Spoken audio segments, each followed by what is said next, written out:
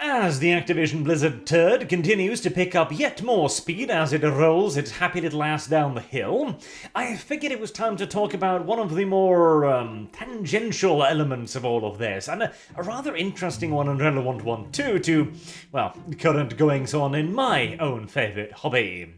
A little while ago, when all these Activision Blizzard accusations first broke, and none of us really quite knew what the hell was going on, and well, the picture is starting to coalesce a little bit more firmly now, and a lot of the accusations may not be quite as serious as they were originally pitched as being, but details.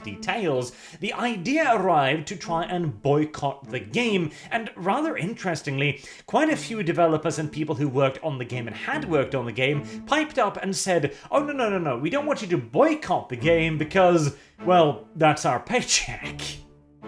Which, I mean, it's a reasonable enough take, I do suppose. Is one of them here. Some Activision Blizzard employees tell Axios that boycotts may do more harm than good. A current employee says that whilst they are understanding... Gnats are trying to eat me again. The reasoning behind it, losing money will catch the eye of executives and shareholders, forcing them to take action. It doesn't actually work that way. It's harmful to the people who work there, who pour their lives into the game and are determined to make AB Studios and all game studios, frankly, better places. So, to sum it up, you shouldn't be boycotting because, well, we intend to take over the company and we would like to actually have money when we do. Except for the whole taking over the company part, which does cast a certain layer of doubt upon the allegations to begin with and the actual rationale and reason behind it. The boycotting idea, though, because as I mentioned in the if you want to boycott anything, you should be boycotting Warhammer Plus video, boycotts very rarely, if ever, work, particularly in the modern day, because you need to affect a really big portion of the customer base. A mere 10-20% dip in income might not even be enough. You're aiming to really whack hard at the foundations of a company to make sure that the execs at the top of the ivory tower are forced to, take a second and actually look down at the plebs tearing away at their structure. That often requires a fair bit of damage, particularly to a company like Activision Blizzard. In fact, I would say that the accusations themselves, having gained a life of their own and are now, of course, being spread and respread and reprinted and reprinted and respread throughout the entirety of the gaming media, are doing a lot more damage to Activision Blizzard than any boycott probably ever could. As we've already seen, a fair few anyways, of the high top executives have been forced to leave their positions in all due likelihood due to internal pressure. And again, the best campaign would be this, a large-scale marketing blitz organized by a large community. And that is something that fan communities have the possibility to do as well, and they have demonstrated in the past that they have the capability to do this, but it requires a very unified sense of purpose. In the case of the gaming media, well, we know where their marching orders come from.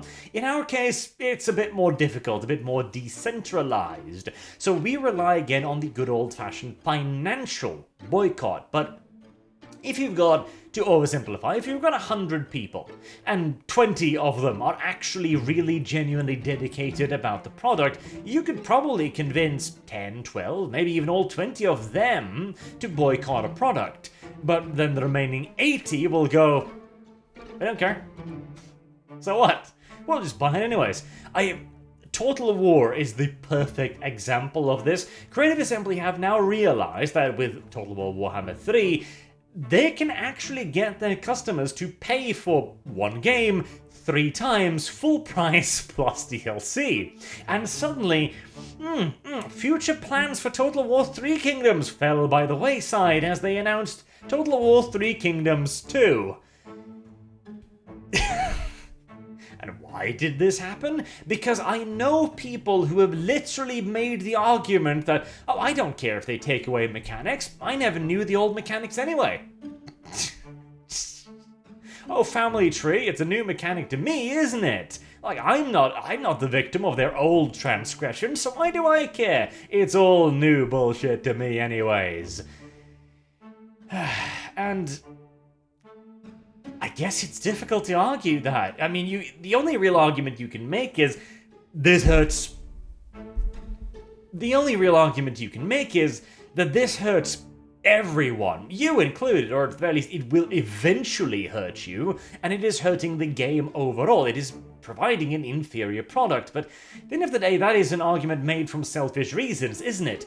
I know that it can be this. I know that it can be all the way up here, but another person only knows it down here, so why should they believe you when you say that it could be so much more, yeah? Who cares? The casuals usually move in and make up for any deficit in the market, which is again why I was arguing for the boycotting of Warhammer Plus, because it was a relatively minor sacrifice that you could probably talk a lot of normies into doing as well. But for a company like Activision Blizzard, now, I don't think that this boycott would have had that much effect, though, interestingly enough, the Activision Blizzard employees and their execs did think that it might actually have that much effect, which of course also brings up the topic of Final Fantasy, where a lot of people moved on over. And that's great. I mean, if you can find an alternative to your hobby that you can enjoy just as much and possibly even more, and then build the community up again, perhaps also taking care to gatekeep this time around. If Games Workshop wants to build a wall garden, many people can partake in the building of walled gardens, methinks, and it might be a wise idea to start sooner rather than later. But the effect of this boycott is, again, I believe almost entirely based on perception rather than the actual effect of it, due to the vast number of people you need to get involved. I mean, how many people are still playing World of Warcraft? How many millions of people? You need to convince a sizable percentage of those, again hundreds of thousands and probably millions of people, that it is in their best interest to stop paying for a subscription to a game that they have played religiously. Like several hours a day for the last God only knows how many years. And next you're going to convince them to cut off their toes, I imagine. It sounds like such a ridiculous thing. Of course you can just wean yourself off the plastic crack or the online virtual make-believe life, right? It's just pixels on a screen, but we all know it's so much more than that, don't we? The buzz around it. The fact that we know Blizzard executives were sharing around numbers with one another going like, holy shit, look at the growth of Final Fantasy. This is kind of starting to look like the upward curve of our own product many years ago when we still gave a shit about it. Maybe this is in fact finally the wow killer TM we've all been expecting, though as the Reddit post down here points out, World of Warcraft is the only true WoW killer. A truism, I do believe. And where did that perception come from? Well, it came from two sources. Primarily, again, bearing in mind that this happened before the whole Activision Blizzard explosion, that there was an alternative. That alternative was built up around, and people could actually be seen to be moving over to that alternative. In the case of the MMO market, that was Final Fantasy. In the case of our tabletop crack hobby, it might be a little bit more difficult because our competitors are tiny. And many of them don't really view themselves as competitors at all. Which again is the problem. I do need to make that bloody video at some point where I talk about the alternative platforms, the BitChutes, etc., and how they are never actually going to be the answer to any problems until they view themselves as competitors rather than alternatives, but again, rant for another time. But it was that perception followed up by the PR crash that finally caused all of this damage to Activision Blizzard.